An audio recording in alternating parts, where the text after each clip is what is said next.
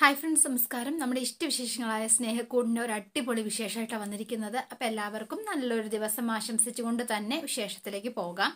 അപ്പം തുടങ്ങുമ്പം തന്നെ കാണുന്നത് നമ്മുടെ അച്ചു രാവിലെ ബ്രേക്ക്ഫാസ്റ്റ് ഒക്കെ സ്വന്തം കൈകളുണ്ടാക്കി നമ്മുടെ ഹരിക്ക് കൊടുക്കാനായിട്ട് റെഡിയായി നിൽക്കുകയാണ് കേട്ടോ. അപ്പം നോക്കുമ്പോൾ ഹരി വന്നതേണ്ട അവിടുത്തെ സ്റ്റെയറിൽ ഇങ്ങനെ ഇരിക്കുകയാണ്. എന്താ ഇവിടെ വന്നിരിക്കുന്നത്? വെറുതെ ഇരുന്നതാ. ഇപ്പോഴും ആ പരിഭ്രമം അത് മാറിയില്ല അല്ലേ എന്ന് ചോദിച്ചോ. അത് മാറാൻ കുറച്ച് സമയം എടുക്കും. ഭക്ഷണം കഴിക്കണ്ടേ? അല്ല, ഞാൻ പുറത്തു പോയിട്ട് ഹോട്ടലിൽ നിന്നോ എന്ന് ചോദിച്ചു. അപ്പൊ പിന്നെ ഇവിടുത്തെ ഭക്ഷണം ആര് കഴിക്കും എന്ന് ചോദിച്ചു. എന്നാ ഒരു കാര്യം ചെയ്യാം, അതെല്ലാം എടുത്ത് കളയട്ടെ. അയ്യോ, അത് വേണ്ട. അന്നം ദൈവമാണെന്നാ ഞാൻ പഠിച്ചിരിക്കുന്നത്. അതൊരിക്കലും കളയാൻ പാടില്ലച്ചോ. അങ്ങനൊരു വിശ്വാസം ഉണ്ടെങ്കിൽ വന്ന് കഴിക്കാൻ നോക്ക്. നല്ല ഇടിയപ്പവും ഗ്രീൻ പീസ് കറിയുണ്ട്. വാ വാ ഹരി എന്ന് പറഞ്ഞ് ഹരിയെയും കൂട്ടിക്കൊണ്ട് അച്ചു ചെല്ലുകയാണ്. എന്നിട്ട് ഹരി അവിടെ പിടിച്ചിരുത്തി ഹരിക്ക് വിളമ്പിയൊക്കെ കൊടുത്തു. ഇത് ബേബി ചേച്ചി ഉണ്ടാക്കിയതല്ല, ഇത് ഞാൻ ഉണ്ടാക്കിയതാ. അച്ചുവിന് പാചകം ചെയ്യാനൊക്കെ അറിയോ? പിന്നല്ലേ, വെറും വാചകം മാത്രമല്ല കേട്ടോ, പാചകവും എനിക്ക് വഴങ്ങും എന്ന് പറഞ്ഞു. അപ്പൊ രണ്ടുപേരും ഭയങ്കര സന്തോഷത്തിൽ തന്നെയാണ് കേട്ടോ, ഹാപ്പി ആയിട്ട്. അപ്പൊ അതെ, അല്ല ബാക്കിയുള്ളവരൊക്കെ അവര് വന്നോളും, ഹരി കഴിക്ക് എന്ന് പറഞ്ഞു. എന്നാ ഞാനിവിടുന്ന് കഴിച്ചാ ഇഷ്ടക്കേടാവോ? ആർക്കിഷ്ടക്കേടാവാൻ? ഇതെന്റെ വീടല്ലേ, ഹരി എന്റെ ഭർത്താവും. അപ്പൊ പിന്നെ ആർക്കും ഒരു ഇഷ്ടക്കേടും തോന്നാൻ വഴിയില്ല, തോന്നാൻ പാടില്ല. എന്നാ അച്ചു ഇരിക്കാൻ, നമുക്ക് ഒരുമിച്ച് കഴിക്കാം എന്ന് പറഞ്ഞു. അപ്പൊ അച്ചുവും കൂടെ ഇരുന്നിട്ട് അച്ചു വേഗം വിളമ്പിയൊക്കെ കൊടുത്തു കേട്ടോ ശ്രീഹരി. അപ്പൊ രണ്ടുപേരും ഷെയർ ചെയ്ത് അങ്ങോട്ടും ഇങ്ങോട്ടും കൊടുക്കുന്ന കണ്ടിട്ടാണ് നമ്മുടെ പല്ലവി ഇറങ്ങി വരുന്നത്. ഇത് കണ്ടപ്പോ മല്ലവിക്ക് ഭയങ്കര സന്തോഷമായി. അപ്പൊ സേതു അങ്ങോട്ടേക്ക് വരികയാണ്. ദാ അങ്ങോട്ടേക്ക് നോക്ക് എന്ന് പറഞ്ഞു. അത് കണ്ടിട്ട് എന്ത് തോന്നുന്നു? ഇടിയപ്പോ ഇത്തിരി കട്ടിയാണെന്ന് തോന്നുന്നു. ഓ എന്റെ പൊന്നു, അതല്ല, അവരുടെ മട്ടും ഭാവവും കണ്ടിട്ട് എന്ത് തോന്നുന്നു? രണ്ടാളും സന്തോഷത്തിലാണെന്ന് തോന്നില്ലേ സേതുവേട്ടന? അപ്പൊ സേതു ഒന്നുകൂടെ നോക്കിയപ്പോ രണ്ടുപേരും വർത്തമാനമൊക്കെ പറഞ്ഞ് ഭയങ്കര സന്തോഷത്തിലാട്ടോ കഴിക്കുന്നതൊക്കെ ഫുഡ്. അപ്പം നോക്കിയിട്ട് കുഴപ്പമില്ലാന്ന് തോന്നുന്നു. ഒരു കുഴപ്പമില്ല. അതെ, ഇപ്പൊ സമാധാനം ആയല്ലോ സേതുവേട്ടൻ. ഇനി അവരെ കുറിച്ച് ഓർത്ത് വെറുതെ വിഷമിക്കേ ചെയ്യണ്ട. അവര് ഒരു നല്ലവണ്ണം അവര് ജീവിച്ചോളൂ കേട്ടോ എന്ന് പറഞ്ഞു. ഞാനല്ലല്ലോ അത് മനസ്സിലാക്കേണ്ടത്, അമ്മയല്ലേ. അതൊന്നും സാരമില്ല, അമ്മയ്ക്കും അത് തൽക്കാലം മനസ്സിലായിക്കോളും. അതെ, കുറച്ചുകൂടി ഒന്ന് കഴിയട്ടെ സേതുവേട്ട എന്ന് പറഞ്ഞു. എല്ലാം ശരിയാവും സേതുവേട്ട, എല്ലാം ശരിയാവും എന്ന് പറഞ്ഞു. ശരിയാവാതെ എവിടെ പോവാനാന്നേ എന്ന് പറഞ്ഞ ഇവര് രണ്ടുപേരും രണ്ടിടത്തേക്ക് അങ്ങ് പോയി.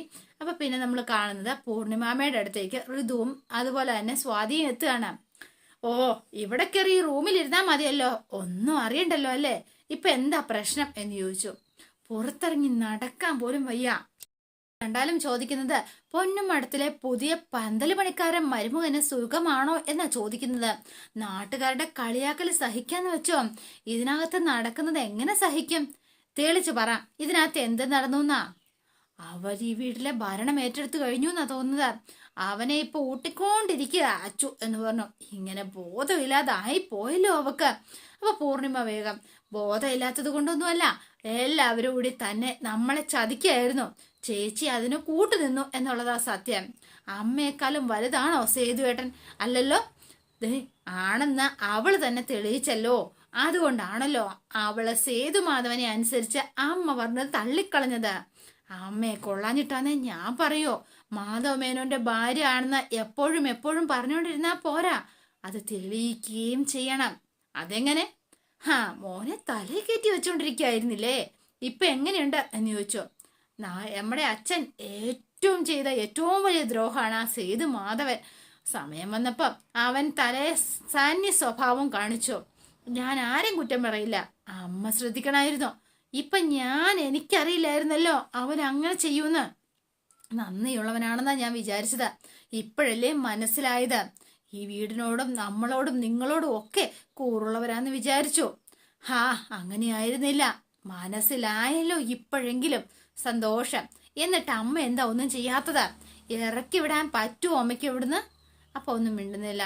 കഴിഞ്ഞില്ലെങ്കിൽ അത് ആരുടെ കുറ്റമാ? അമ്മയുടെ പരാജയ. ഞാൻ എന്താ വേണ്ടത്? ഞങ്ങൾക്ക് ഈ വീട്ടിലെ ഒന്ന് മനസമാധാനത്തോടെ ജീവിക്കണം. ശ്രീഹരി ഇവിടെ വരസുന്നത് ഞങ്ങൾക്ക് കണ്ടോണ്ടിരിക്കാൻ പറ്റില്ല. അപ്പൊ പൂർണിമ വേഗം ചാടി അങ്ങോട്ട് എഴുന്നേറ്റിട്ട് ഇവരുടെ അടുത്തേക്ക് വരികയാണ്. അപ്പൊ ഇവർക്ക് പിരി കയറ്റിക്കൊണ്ടിരിക്കുവാണ് സ്വാതിയും ഋതുവും കൂടെ ചേർന്ന്. അതെ, നിങ്ങൾ ഒന്നും കൊണ്ടും വിഷമിക്കണ്ട, നിങ്ങൾ ആരും ഒന്നും പേടിക്കണ്ട, എന്ത് ചെയ്യണം എന്ന് എനിക്കറിയാം എന്ന് പറഞ്ഞ് അങ്ങോട്ട് വരികയാണ്. അപ്പൊ അച്ചു ഒരു ഡീപ്പും കൂടി എടുക്കട്ടെ, മതി എന്ന് പറഞ്ഞു. ഹരി നന്നായി ഭക്ഷണം കഴിക്കുന്ന ആളാണെന്നാണല്ലോ മിത്രേട്ടൻ പറഞ്ഞത്. ആ വിശപ്പൊക്കെ എവിടെ പോയി? അതെ, അതൊക്കെ ഇല്ല, ഇപ്പൊ കഴിച്ചപ്പോ വയറ് നിറഞ്ഞു. അങ്ങനെയാണോ? അപ്പൊ ഇവരെ കണ്ടപ്പോ വേഗം ഹരി എഴുന്നേക്കാണ്. ഹരി, എന്തിനാ ഹരി എഴുന്നേറ്റത്? ആഹാരം കഴിക്കുമ്പോ മഹാരാജാവ് വന്നാൽ പോലും എഴുന്നേക്കരുതെന്നാ നിയമം. സാരമില്ല അച്ചു, കഴിച്ചു കഴിഞ്ഞല്ലോ എന്ന് പറഞ്ഞ് പ്ലേറ്റ് എടുക്കുക. ഇതിങ്ങ് തന്നെ. എന്താ ഹരി ഇത്? അച്ചു, ഞാൻ കഴിക്കോളാം. വേണ്ട, ഞാൻ എന്താ ഹരി, ഇത് വീടല്ലേ ഹരിയുടെ, ഇത് ഞാൻ ഹരിയുടെ ഭാര്യയും. കഴിച്ച പ്ലേറ്റ് സ്വയം കഴുകുന്നത് തെറ്റെന്നല്ല ഞാൻ പറഞ്ഞത്. ഇപ്പൊ ഞാനുണ്ടല്ലോ, ഞാൻ കഴുകി വെച്ചോളാം എന്ന് പറഞ്ഞ് അച്ചു വാങ്ങി. അപ്പോഴേക്കും ബേബി ചേച്ചി വന്നു. മോളെ അതിങ്ങിത്താ എന്ന് പറഞ്ഞ് വാങ്ങി. ബേബി ചേച്ചി, ഇതൊക്കെ ബേബി ചേച്ചിയുടെ പണിയാ, ഇത് ചെയ്യാനാ ശമ്പളം തന്ന് എന്നെ ഇവിടെ നിർത്തിയിരിക്കുന്നത്. അപ്പൊ വേഗം മൃദു, ഒന്ന് നിന്നേ. അതെ, നിങ്ങൾക്ക് ശമ്പളം തരുന്നതേ കണ്ടവരുടെ എച്ചിൽ പാത്രം കഴുകാനല്ല, ഈ വീട്ടിലുള്ളവരുടെ ജോലി ചെയ്യാനാ എന്ന് പറഞ്ഞു. അപ്പൊ വേഗം അച്ചു എന്നിട്ട്, അതെ, ഹരിയും ഈ വീട്ടിലെ അംഗമാ, അതിൽ ആർക്കെങ്കിലും സംശയം ഉണ്ടെങ്കിൽ ആ സംശയം ഞാനങ്ങ് തീർത്തു തരാം എന്ന് പറഞ്ഞു അച്ചു.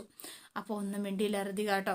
ഹരി, ഇവളങ്ങനെ പലതും പറയും, ഹരി ഒന്നും മനസ്സിൽ വെക്കണ്ട, ഹരി പോയി കൈ കഴുകിക്കോ എന്ന് പറഞ്ഞു. ഒന്നും മിണ്ടിയില്ല.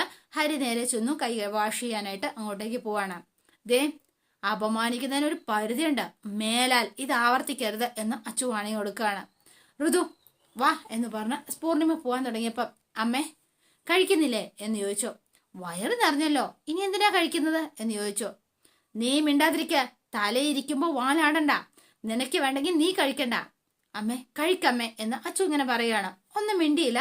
മിണ്ടാതെ പൂർണിമ അപ്പുറത്തേക്ക് അങ്ങ് പോയി. എന്നിട്ട് അവിടെ സോഫയിൽ പോയി ഇരിക്കുകയാണ്. അച്ചുവിന് സങ്കടമായിട്ടോ. എങ്കിലും ചായ ഒക്കെ ആയിട്ട് വന്നു. ദാ അമ്മേ എന്ന് പറഞ്ഞു. എനിക്ക് വേണ്ട. അപ്പൊ ഋതുവിനോടും സ്വാതിയോടും ചോദിച്ചപ്പോഴും എനിക്കും വേണ്ട എന്ന് പറഞ്ഞു. എന്താ, ഞാൻ എടുത്തത് കൊണ്ടാണോ വേണ്ടാത്തത്? അതെ, നീ എടുത്തത് കൊണ്ട് തന്നെയാ വേണ്ടാത്തത് എന്ന് പറയാണ്. ഇങ്ങനെ പെരുമാറാൻ ഞാൻ എന്താണാവോ ചെയ്ത തെറ്റ്, അത് ഞാൻ പറഞ്ഞു തരാം എന്ന് പറഞ്ഞു പൂർണിമ. അപ്പൊ ഹരി അവിടെ നിൽപ്പുണ്ട് കേട്ടോ. അതിനു മുൻപ് ആവശ്യമില്ലാത്തവരോടൊക്കെ ഒന്ന് പോവാൻ പറയണം എന്ന് പറഞ്ഞു. അപ്പൊ ഹരി അവിടെ നിൽക്കുന്നത് കണ്ടിട്ടാണ് പൂർണിമ സംസാരിച്ചത്. അപ്പൊ കുറച്ചു നേരം അച്ചു ഇങ്ങനെ നോക്കിയിട്ട്, ശ്രീഹരി ആണെങ്കിൽ അതവിടെ നിൽക്കും, ഹരി കേൾക്കേണ്ടാത്ത ഒന്നും തന്നെ എനിക്ക് കേൾക്കണമെന്നുമില്ല എന്ന് അച്ചു പറഞ്ഞു.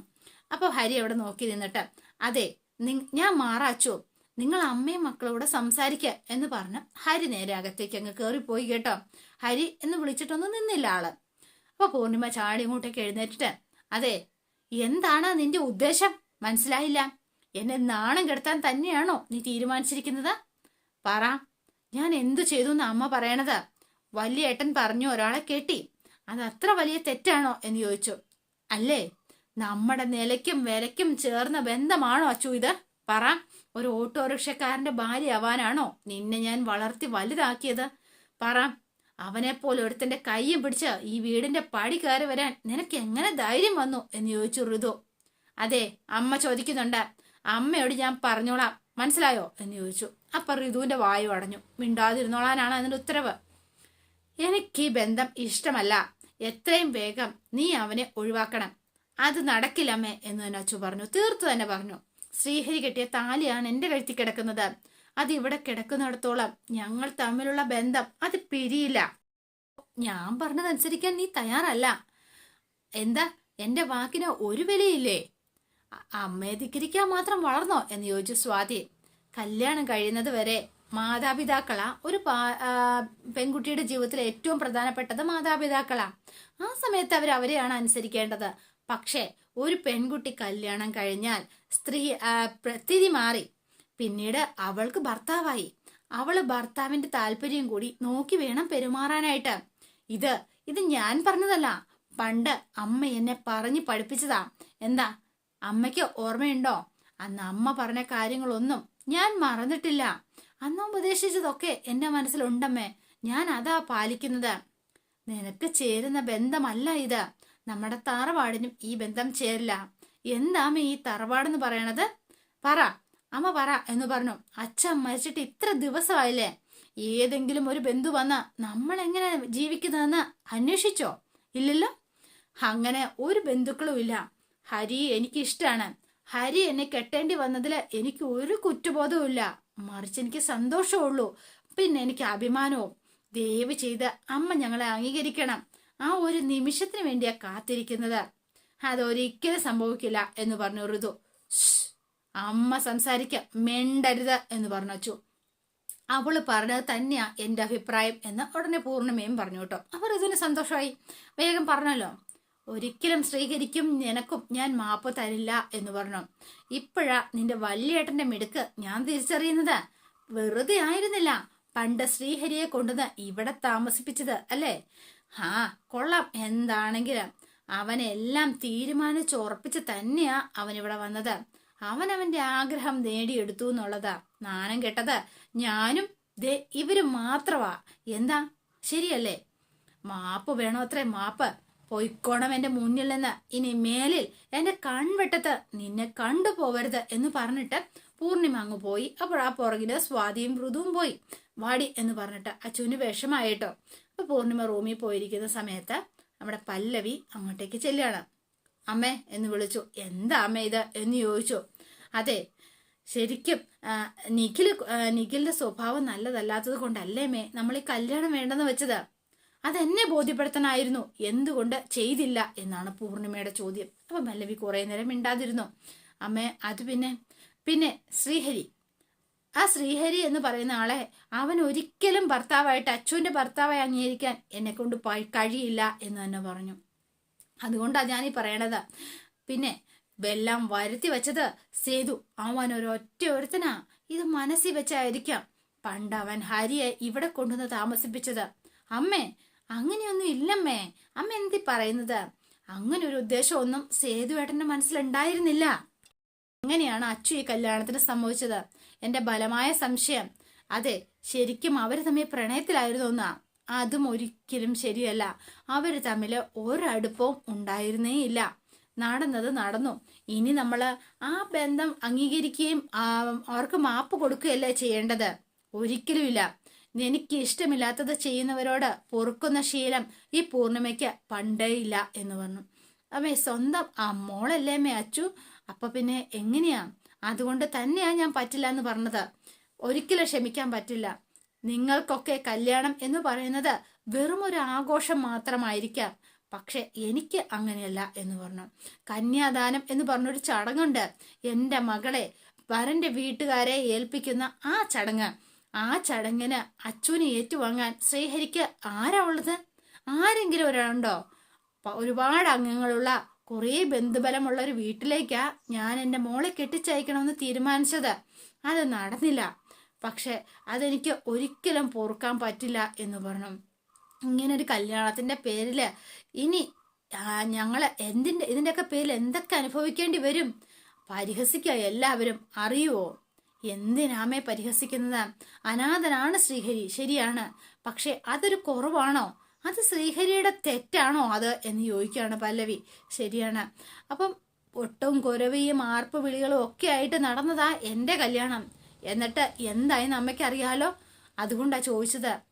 കല്യാണം എന്ന് പറയുന്നത് ഒരു നിയോഗം തന്നെയാമേ എന്ന് പറഞ്ഞു. നമുക്ക് ആരാണോ വന്നു ചേരേണ്ടത് അയാൾ തന്നെ നമ്മുടെ ജീവിതത്തിലേക്ക് വന്നു ചേരും. ശ്രീഹരിയും അച്ചുവും തമ്മിൽ ഒന്നിക്കണമെന്ന് ദൈവം നേരത്തെ തീരുമാനിച്ച് കാണും. നമ്മൾ വിചാരിച്ചാൽ എങ്ങനെയാമേ ആ തീരുമാനം മാറ്റാൻ പറ്റുക? വേണ്ട പല്ലവി, നീ ന്യായീകരിക്കണ്ട. നീ അതിനു വേണ്ടി എങ്ങനെ ശ്രമിച്ചാലും ഇനി അത് അംഗീകരിക്കാൻ എന്നെ കൊണ്ട് കഴിയില്ല. അമ്മ, ഞാനൊന്ന് പറഞ്ഞോട്ടെ? വേണ്ട, ഇനി എനിക്കൊന്നും കേൾക്കണ്ട എന്ന് പറഞ്ഞു. കൂടുതലൊന്നും പറയാനില്ലെങ്കിൽ പോകാം എന്ന് പറഞ്ഞു. ഇനി ഇതുപോലെ ആരുടെയും വക്കാലത്തുമായിട്ട് എൻ്റെ മുന്നിലേക്ക് വന്നേക്കരുത്. എനിക്കത് ഇഷ്ടമല്ല എന്ന് പറഞ്ഞു പൂർണിമ. അപ്പൊ കുറച്ചു നേരം പല്ലവി നോക്കി നിന്നിട്ട് പല്ലവി പുറത്തേക്ക് ഇറങ്ങി പോവാണ് കേട്ടോ. പിന്നെ കാണുന്നത് ശ്രീഹരിനെയും അച്ചുവിനെയാണ്. അപ്പൊ വേണ്ട എന്താ പറയാ, ബെഡ്ഷീറ്റൊക്കെ വിരിച്ച് തലേണയൊക്കെ ഇട്ട് ശ്രീഹരിക്കൊക്കെ കൊടുക്കുകയാണ് കേട്ടോ. ശ്രീഹരി ഇങ്ങനെ നോക്കിയിരിക്കുക. എന്നാ ഇങ്ങനെ നോക്കുന്നത് എന്ന് ചോദിച്ചോ. അല്ല, എന്നോട് ദേഷ്യമുണ്ടോ അച്ചുവിന്? എന്തിന്? അപ്പൊ പിന്നെ എന്തിനാ ദേഷ്യം? ഞാൻ നിഖിലിന്റെ കയ്യിൽ നിന്ന് രക്ഷപ്പെട്ടത് ശ്രീഹരി ഉള്ളതുകൊണ്ടല്ലേ. അപ്പോൾ എനിക്ക് കടപ്പാടല്ലേ തോന്നേണ്ടത്? ഞാൻ കാരണം മറ്റുള്ളവരുടെ മുൻപില് നന്നായിട്ട് അഭിനയിക്കേണ്ടി വരുന്നുണ്ട് അച്ചുവിന്.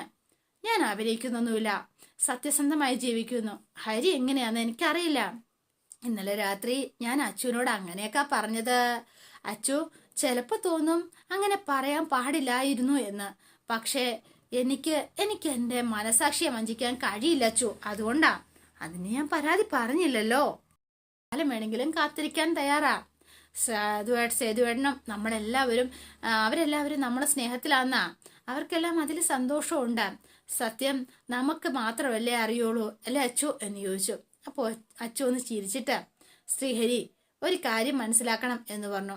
ഇനിയിപ്പോൾ അതിനെക്കുറിച്ചൊന്നും ആലോചിക്കണ്ട. ഹരി അങ്ങനെ ചില തീരുമാനങ്ങൾ എടുത്തു. ഒരു ഭാര്യ എന്ന നിലയിൽ ഞാൻ ആ തീരുമാനങ്ങളുടെ കൂടെ നിൽക്കണം.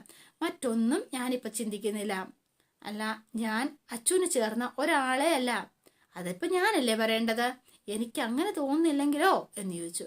അല്ല, ഇന്നലെ രാത്രിയിൽ നമ്മുടെ ആദ്യ രാത്രിയായിരുന്നു. മനസ്സിലുള്ളത് മുഴുവൻ ഹരി എന്നോട് തുറന്നു പറഞ്ഞു. എനിക്കത് മനസ്സിലാകുകയും ചെയ്തു. ഞാനത് ഉൾക്കൊണ്ടു. അതുകൊണ്ട് ഒരു പെണ്ണും കേൾക്കാൻ ആഗ്രഹിക്കുന്നതൊന്നും അല്ല ഹരി പറഞ്ഞത്. എന്നിട്ടും ഞാനത് അംഗീകരിച്ചു. നമ്മുടെ ചുറ്റുമുള്ളവര് നമ്മളെ സന്തോഷത്തോടെ ജീവിക്കുന്നതെന്ന് അവര് കരുതിക്കോട്ടെ. അതിലൊരു തെറ്റുമില്ല. നമ്മൾ തമ്മിലുള്ള ജീവിതം എങ്ങനെയാന്ന് നമ്മൾ മാത്രം ഒന്ന് അറിഞ്ഞാൽ പോരെ. പിന്നെ അത് നമ്മൾ ആരോടും പറയുന്നില്ല. രഹസ്യമായിട്ട് തന്നെ നമ്മളത് നടപ്പാക്കും. ഹരി ആഗ്രഹിക്കുന്നിടത്തോളം കാലം എന്ന് പറഞ്ഞു. അപ്പൊ ഹരി വേഗം ആ കഴിഞ്ഞു പോയ ആദ്യ രാത്രിയെ പറ്റി ആലോചിക്കുകയാണ്. അപ്പൊ അച്ചു വേഗം ഇപ്പൊ കാണിച്ചു തരാം എന്നൊക്കെ പറഞ്ഞ് ലൈറ്റ് ഓഫ് ആക്കിയിരുന്നു. എന്താ എന്താ ശ്രീഹരി എന്ന് ചോദിച്ചോ. അച്ചുവിനോട് ക്ഷമിക്കണം. ഇന്ന് നമ്മുടെ ആദ്യ രാത്രിയല്ലേ. പെട്ടെന്ന് എനിക്കൊരു വിവാഹ ജീവിതം അത് പറ്റുമെന്ന് തോന്നുന്നില്ല എന്ന് ശ്രീഹരി അച്ചുവിനോട് പറയാണ്. എന്താ, എന്നെ ഇഷ്ടമല്ലേ ശ്രീഹരിക്ക്? ഇഷ്ടമാണ്, ഒരുപാട് ഇഷ്ടമാണ്. ആ ഇഷ്ടം കൊണ്ട് തന്നെയാ ഞാൻ ഈ ഒരു തീരുമാനത്തിൽ എടുത്തത്. മറ്റൊന്നും അച്ചു വിചാരിക്കരുത്. അച്ചുവിന് ചേർന്ന ഒരാളെ അല്ല ഞാൻ. പ്രത്യേക ഒരു സാഹചര്യത്തില് അച്ചുവിന്റെ കഴുത്തിൽ താലി കെട്ടേണ്ടി വന്നു എന്നുള്ളത് ശരി തന്നെയാണ്. പക്ഷെ അത് കാരണം ഞാനത് പൂർണ്ണ മനസ്സോടാണോ ചെയ്തതെന്ന് പോലും എനിക്കറിയില്ല. അല്ലെന്നേ തൽക്കാലം ഞാൻ പറയാൻ പറ്റൂ. പിന്നെ ഒരു കാര്യം, ഒരു വലിയൊരു തെറ്റ് ഞാൻ ചെയ്തിട്ടുണ്ട്. അങ്ങനൊരു തോന്നലാ എൻ്റെ ഉള്ളിൽ ഇപ്പോൾ ഉള്ളത്. അച്ഛൻ ഒരു വലിയ വീട്ടിലെ കുട്ടിയാ, ഞാനോ വെറും ഒരു ഓട്ടോക്കാരൻ, അനാഥൻ. പക്ഷേ ഞാൻ ഒരിക്കലും അങ്ങനെ ചിന്തിക്കുന്നില്ലല്ലോ. അതല്ല, ഇപ്പൊ ചിന്തിക്കുന്നുണ്ടാവില്ല, പക്ഷെ നാളെ ഒരു ദിവസം ചിന്തിക്കും. അപ്പൊ ഞാൻ അണിയിച്ചതെന്ന ഈ താലി ഒരു ഭാരമായിട്ട് അച്ഛന് തോന്നിയാലോ? എന്നെ അച്ഛൻ അന്നേരം വെറുക്കാനും തുടങ്ങും എന്ന് പറയുകയാണ് കേട്ടോ. അപ്പൊ അതോടെയാണ് ഇന്നത്തെ വിശേഷം അവസാനിക്കുന്നത്. ഇനി നാളത്തെ വിശേഷത്തിൽ ഒരു വമ്പൻ ടെസ്റ്റ് ഉണ്ട്. നിഖില് വീണ്ടും ഇവരുടെ എന്താ പറയാ പൊന്നുമടത്തിലെ കുടുംബത്തിലൊരു അംഗമായിട്ട് വീണ്ടും എത്തുകയാണ് കേട്ടോ. ഒരു വമ്പൻ ടെസ്റ്റൊക്കെ ആയിട്ടാണ് വരുന്നത്. അപ്പൊ എല്ലാവരും കാത്തിരിക്കുക. ഇഷ്ടപ്പെട്ടുവെങ്കിൽ ലൈക്ക് ചെയ്യുക, ഷെയർ ചെയ്യുക. തൊട്ടടുത്ത് ആ ബെൽ ബട്ടൺ കൂടെ ഒന്ന് ഞെക്കുകയാണെങ്കിൽ ഞാൻ ഇടുമ്പോൾ തന്നെ നോട്ടിഫിക്കേഷൻ ലഭിക്കുന്നതായിരിക്കും. പുതുപുത്തൻ വിശേഷമായിട്ട് എത്താം. Bye and see you again.